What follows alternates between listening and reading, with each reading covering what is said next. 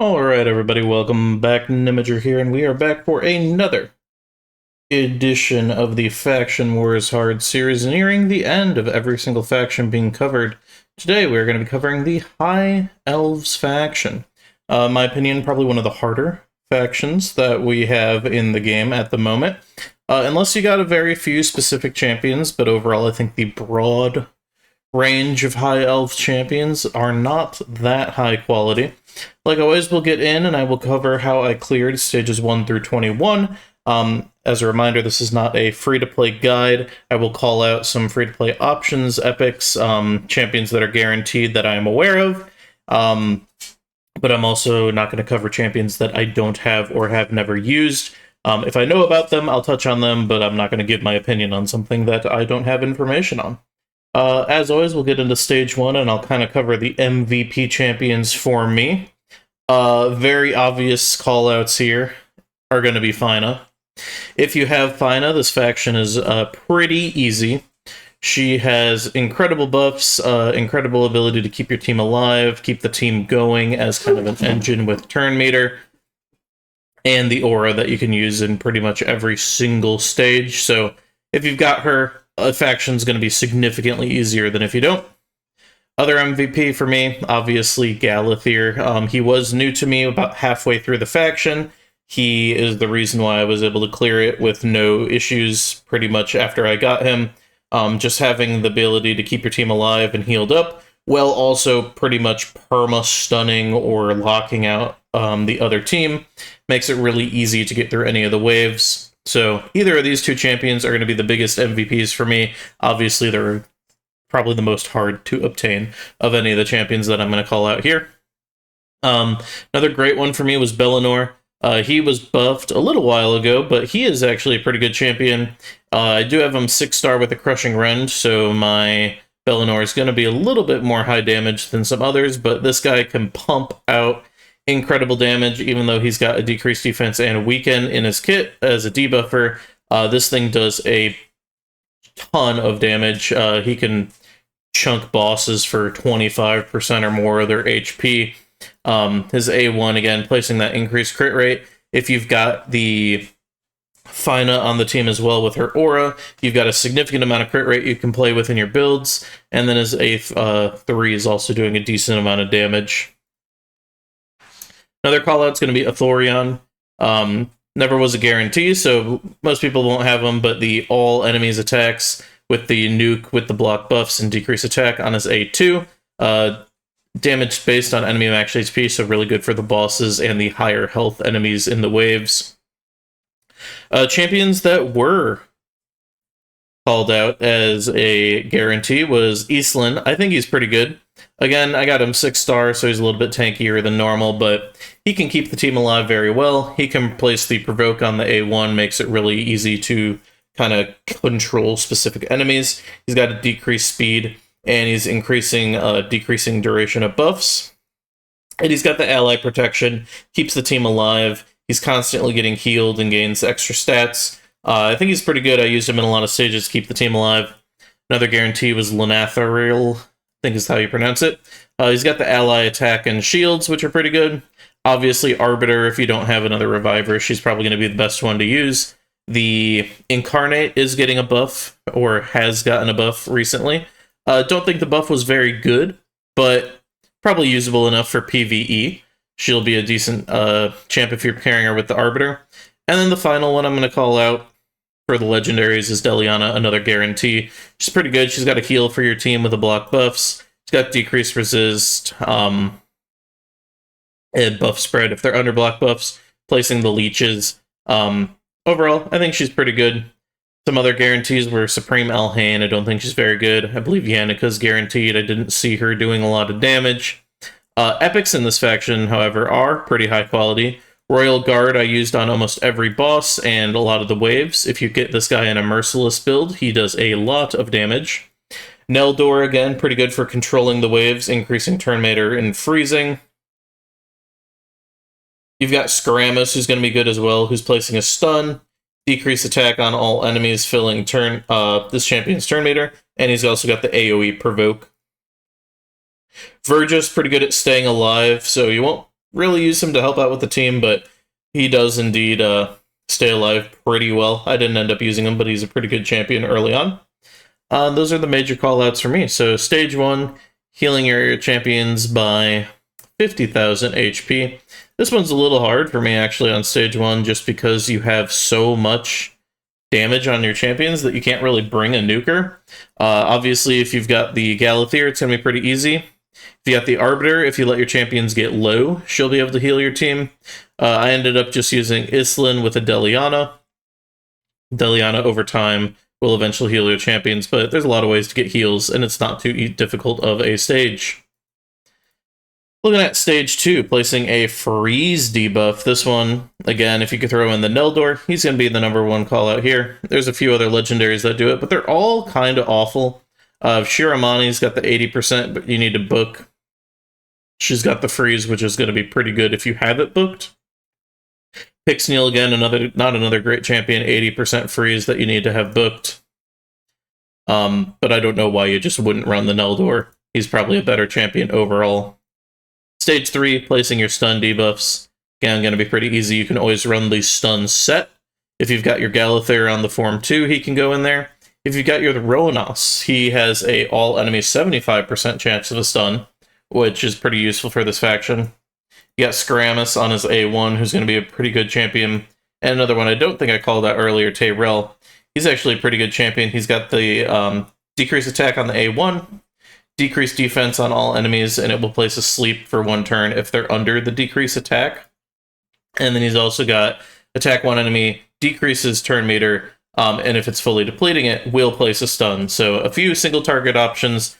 Easy one is obviously just going to be running a stun set on a Deliana, another one on Andrisia as well.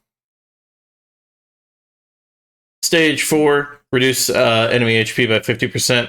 Again, pretty easy early on. Just throw any gear on a decent nuker, and it's pretty easily solved. Stage 5, manipulating buff and debuff duration. The Islin's going to be pretty good for this one. He's going to take out the buffs if you go into the positive effects for increased buff duration. You've got Siendra, who I did not use, so let's see where it is. Increased duration of all buffs on this champion, so it's not going to be a great amount of value from there. And the Andrisia attacks all enemies, decrease the duration of all buffs by 2 turns, and increases the increased defense buffs by 1 turn. So if you can get the increased defense out, this is actually going to be a pretty good champion. It's got the increase and decrease. If you go to negative effects, you can look up the increased debuff duration. There's some rares that do it. But overall, just run any of those few champions and it won't be too bad. There's also a mastery, I guess I could call out. If we go to the champions for masteries, you've got your lasting gifts, I believe it is called. Yep. So 30% chance to extend any buff cast by this champion. Again, it won't do the block damage, unkillable, revive on death, or taunt. But if you throw it on your champion and it increases the duration, then that'll count as well.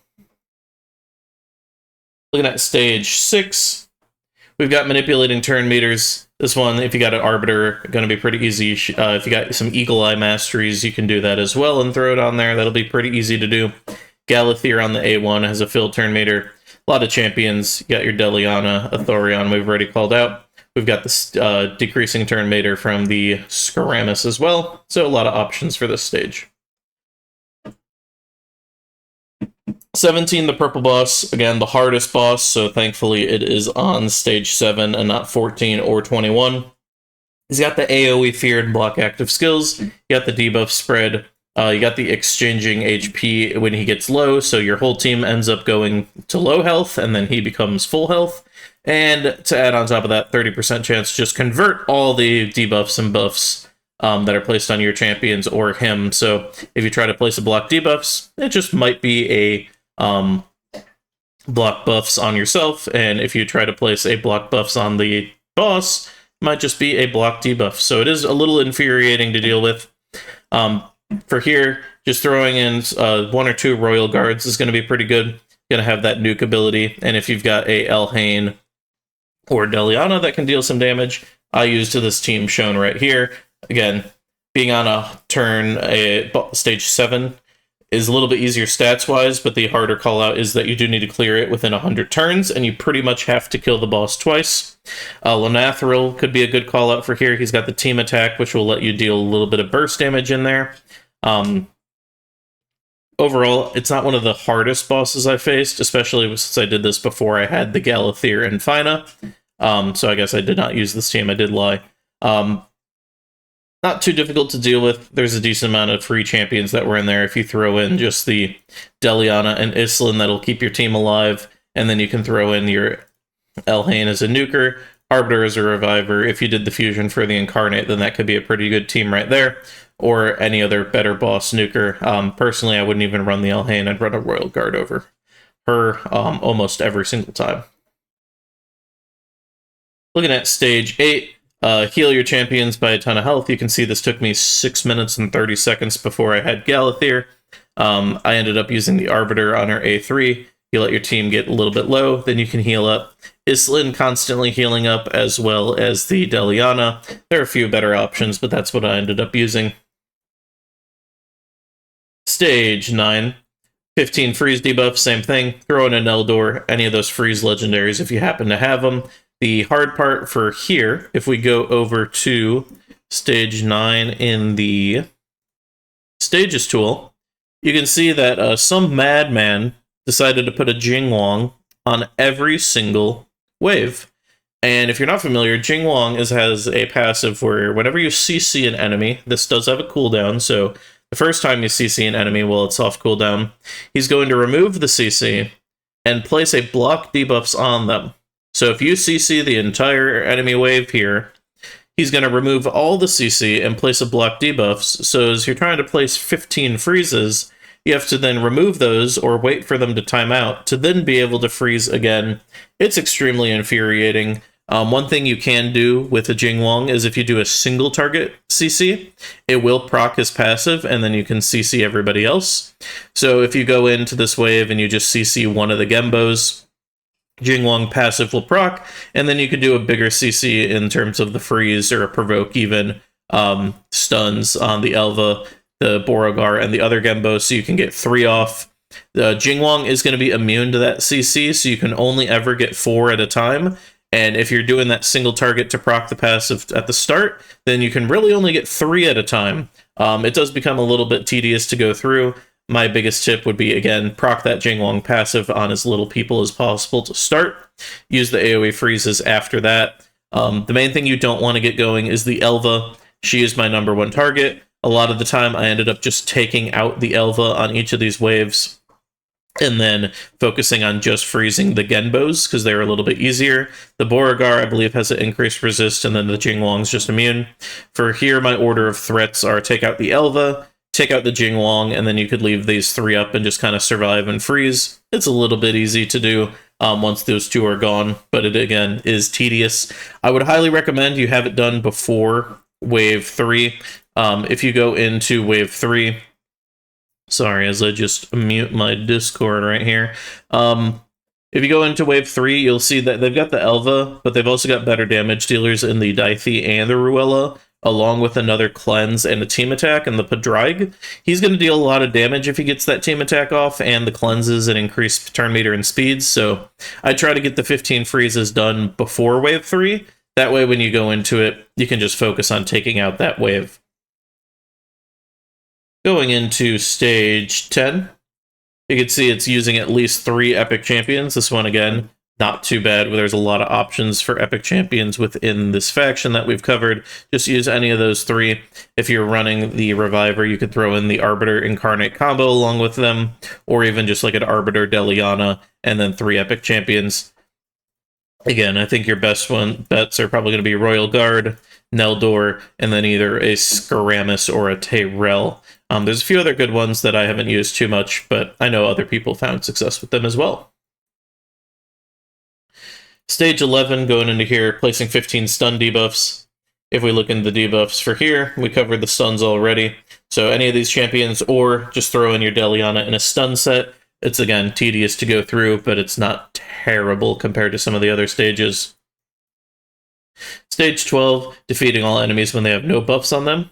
Again, this one, not too bad. You just want to make sure you got your block debuffs out. If you've got your Islin, he can decrease the duration before you go. Your Deliana can place the block debuffs to make sure that they don't gain debuffs. Number one thing is you just don't want the Elvas to get going. Obviously, she's going to cleanse, and then just removing all of those is going to be a little bit difficult. And you've got some other champions that can gain debuffs. I believe there's some Owelas in there that'll passively place debuffs, and especially some on hits. So just make sure you're watching out for those. Only tip for this kind of stage is, as you're going through it, just constantly pressing the pause button. Make sure you haven't accidentally killed a champ with a buff on them, and it'll be pretty smooth sailing. 13.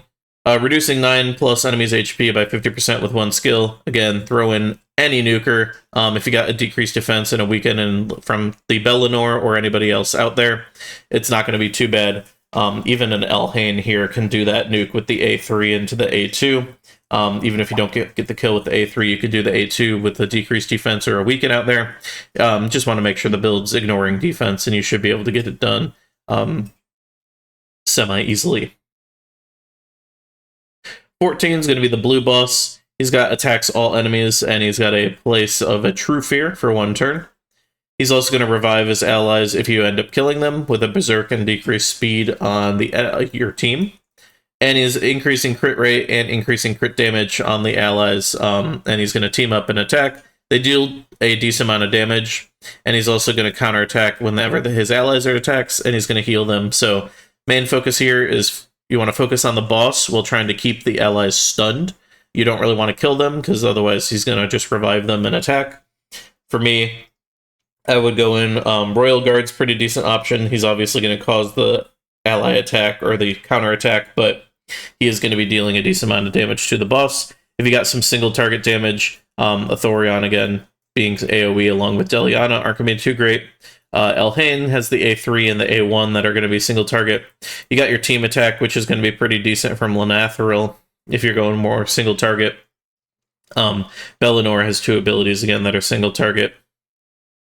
So a few options here. Just main thing is keep the boss allies CC'd and target the boss.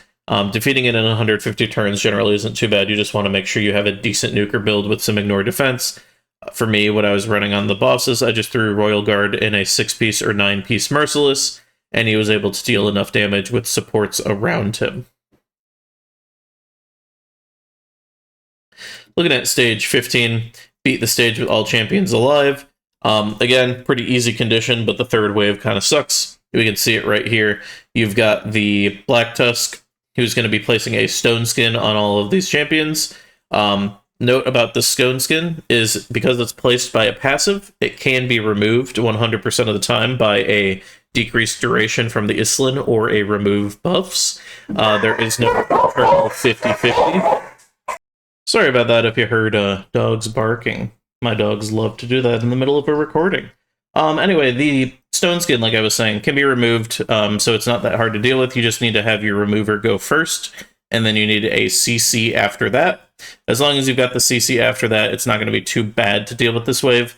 One thing to note is if you've got any champions that have a passive of placing a buff on them or increased turn meter that you're planning on using, just watch out for the freezes from the Torment.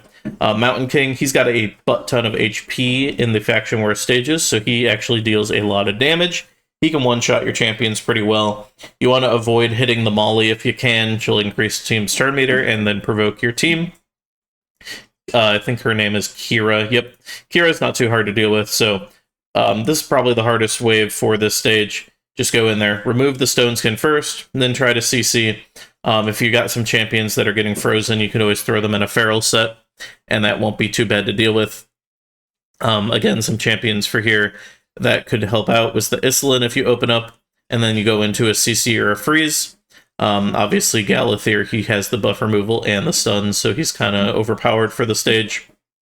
But even using the Galathir, I did struggle with this wave probably 3 or 4 times before getting through it. I know a couple friends who have no Galathir that did struggle quite a few times getting through this stage. Eventually, were able to get done. Royal Guard was their DPS, and then they just ran some CC and buff removal before that. Stage 16, granting an extra turn 5 times. If you've got fine super easy. If you've got Galathier, super easy. If you've got neither of them, it's slightly less easy. If we go into the positive effects for grant extra turn, Athorion, he's got it on his A3, it won't be too bad. Supreme Elhain, if the A3 kills somebody, it'll grant an extra turn, so going to be a little bit hard to use. Arbiter, she's going to have the grant an extra turn if a champion was revived, so if you let somebody from your team die, you can get an extra turn there. Yannicka, I believe, has an extra turn. Yep. Place a perfect veil on this champion. If it's critical and grants an extra turn, probably going to be the best free-to-play option. You're just going to have to scroll through this ability. End up 15 turns worth of cooldowns there. And some other champions that do it as well. You've got the Eris in here, who, again, with the A1 is granting an extra turn, but that might be, again, a little difficult to get the stats to let the Herd be able to do that. So, the waves for here, not too bad. You want to watch out the third wave, the Skinwalker Unity right here. Those free stun your team, deal a decent amount of damage. The monkeys will actually do a pretty big nuke. I believe the wave before has a Gizmak in there as well, and the first wave is a Garrel. Let me double check that I'm telling for truthful. Yep. So the first wave, focusing down the Garrel, probably going to be the best thing to do. Garrel was buffed recently, and she's kind of OP, so if you focus her down, then you can kill the rest of the team, otherwise she'll just heal them up the whole time. Second wave, Gizmak and the Uko are a little bit scary, the rest of them aren't too bad, and then wave 3, like I mentioned, the Bolent, pretty scary. Samsons, if they get going, can deal a lot of damage and keep your team stunned with the counterattacks, but since the condition is just extra turns, it's not too hard to deal with. 17, don't land any weak hits. Again, I did this before. You can see I've got this Void Ethos right here. If you've got him, he's going to be a great option for this. Any Void champion that can deal damage is going to be rather useful for these stages. I didn't end up using Supreme Elhain at all. I don't think she's amazing, but if you get her in a good build, she can probably deal a decent amount of damage. Arbiter is going to be a great choice because she can keep your team alive with the revives, and then also just won't land any weak hits. If you got a Bellinor, he's probably one of the better options along with the Ethos, just because he does so much damage that he can easily one-shot the waves. Going into Ethelyn and some of the other Voids, I don't think they're amazing champions, but you could throw them in there just if you're struggling to have some champions that are non-AoE, but just aren't getting as many hits as you want out there. And some other options as well. Obviously, avoid the Deliana, avoid the Athorion. They're going to be placing too much AoE. Lanathril, he's got the team attack, which could be good for getting down one unit, and he's also got his A1, but the shield is unfortunately going to be a AoE hit. Yannicka as well can be doing some AoE hits, so not a lot of great options in here. If you got the Fina, it's probably still good to run the Fina. She's got only the one AoE hit. And if you're really struggling for damage, you can bring in the Royal Guard. Just make sure not to use his A3 or A2 while there's a negative affinity out there. The A1 will actually deal a decent amount of damage in a merciless build, so if you just need another nuker to throw in, he won't be a bad option. Stage 19, defeat 4 enemies before they take a turn. This one, obviously, highly recommend you do on the first wave if you can. The first wave isn't going to be too bad. It is the Dwarf wave, if we look at it over here. You got your Mythical is going to deal a decent amount of damage. Brogni can keep the team alive with his shields. Herndig steals some turn meter, and Molly places provokes. But they're significantly the easiest wave of the 3 to try to do this, so I would just open up, increase your turn meter with the Arbiter, place some debuffs, and then you're going to take them out with a nuke or 2. I wouldn't even move on to wave 2 before I had all 4 kills. Wave 2, it's going to be hard to increase your turn meter and get some buffs up because of the Nell. You've also got the Allele who can deal a lot of damage, so you kind of want to take him out. And then wave 3, definitely wouldn't try it at all. Every time you take a turn, Tatsuya is going to get a ton of turn meter, and then he'll steal all your turn meter and place a fear on your champions. Very hard to deal with, so you don't want to be also dealing with a condition at the same time. So definitely take out the 4 on wave 1, then you can just sail through wave 2 and 3 pretty easily. 19, defeat enemies using ally attack or counterattack. If you've got the Lenathril, it's going to be significantly easier because I believe he is the only ally attack that I am aware of. Yep, so Lenathril on the A3. He's got the increased crit damage along with the ally attack. Fina, she's going to be pretty decent in terms of having the counter attack, where she can place it on her target of choice, and then they can do a lot of damage going back. And then when she's counterattacking, she'll team up with a random ally. It's kind of weird to use. You could also just put the counterattack on the ally you want to counterattack. But again, those are the only two options for ally attack. So if you've got the Lenathril, I think you're in business. If you're looking at just the counterattack, you've got your Eastland, who you could throw in a nuker build and try to get with the A1s. It's going to be a little bit difficult. And then you've also got your Skaramis, who's going to be placing a counterattacker on himself, and it's going to be a little difficult. It can get done. Eastland in the nuker build is probably the best counterattacker if you don't have Fina and Lenathril. I would just focus on the Fina and Lenathril, however. If you look at the waves for here, looking at stage 19, if you could get most of it done on wave 1 and 2, you're going to be golden. You got Sulfurion and Lazarius, who can be a little bit difficult to deal with, reviving the team and using a turn meter boost. Chugger can keep your team sleeping the entire time, so you don't really want to let him get going. And Fushan can place some stuns on the team as well. I'd probably try to focus at least 1 or 2 of the counterattack kills here, if not all 3. Wave 2, I'd probably take out the Marius and the Mezamel so you don't accidentally get block revived. Then you could focus on using the counterattacks on the Razelvarg or the Loriaka. War Chief, again, doesn't deal too much, but he's going to provoke a ton of your team, and he's a bit tanky, so Loriaka or Razelvarg will probably be a little bit easier to deal with. I would not try it on Wave 3. You've got a Supreme Gaelic who can't be CC'd, and if he does get CC'd, he's going to proc his passive and take an instant turn. And then you've got the Aragaz and the Raka who have turn meter boosts. They've got instant turns. They've got heals of champions up to 50% of HP if they're below it. Very difficult to deal with. Finish this on wave 1 or 2. Do not go into wave 3 focusing on this condition. Stage 20. Defeat enemies while you're under more buffs. Again, if you've got Fina, the story of this whole faction, it's extremely easy. Fina's going to place a ton of buffs. I think she can place 5 on her own. 3 with the A3.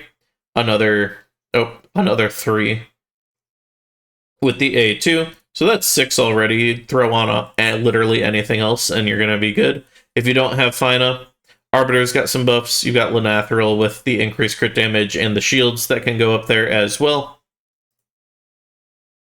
You got some epics that are placing buffs as well. If you don't have enough buffs within your team, the big call out is you can run a shield set, you can run a bolster set, and you can run feral.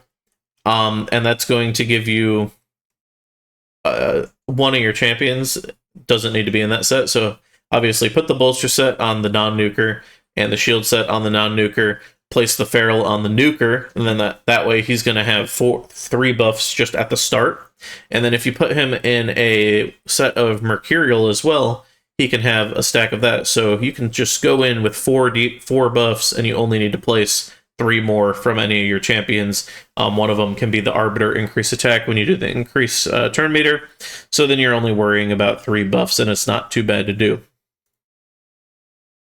And finally, stage 21, defeat the boss within 200 turns. The green boss, he's got an AoE provoke on the A1, an AoE True Fear and block buffs on the A2. Fully heals all his allies except for him, and he's going to be placing a taunt. With also a turn meter decrease. And when you attack him, there's a chance to just get frozen, and that freeze can be a little bit annoying. The big thing with here is you want to learn and figure out his cycle of skills, because you want to have the block debuffs up so you don't get true feared and block buffs. You also want that so you're avoiding the freezes. When you're going into the boss, remember, turn meter effects are a little bit lower if you're doing a decreased strategy, so you won't be able to keep them frozen the entire time. So, block debuffs. If you got a block buffs with the Deliana, that'll be pretty good going into this as well. Champions like the Athorion and a Royal Guard who are doing enemy max HP damage are going to be pretty good callouts. Overall, I'd probably run 2 Royal Guards if I had them built. 2 Royal Guards with your supports, an Arbiter, and then just 2 other champions. Aislinn is another good call out. 200 turns for here isn't going to be too bad as well. The boss, again, is a little bit tankier, but he's not one of the harder bosses to deal with as long as you got the proper counters within your skill set. And if you are able to do that, then you will have taken out all 21 stages of the High Elf Crypt and gained 63 more stars towards Polara Fireheart, the mythical who we all hope gets buffed soon. If you got any other champions I didn't call out that you think are pretty good that you used, leave them down in the comments. If you liked the video, feel free to leave a like or maybe even subscribe. Appreciate you making it to the end of the video, and I will see you next time.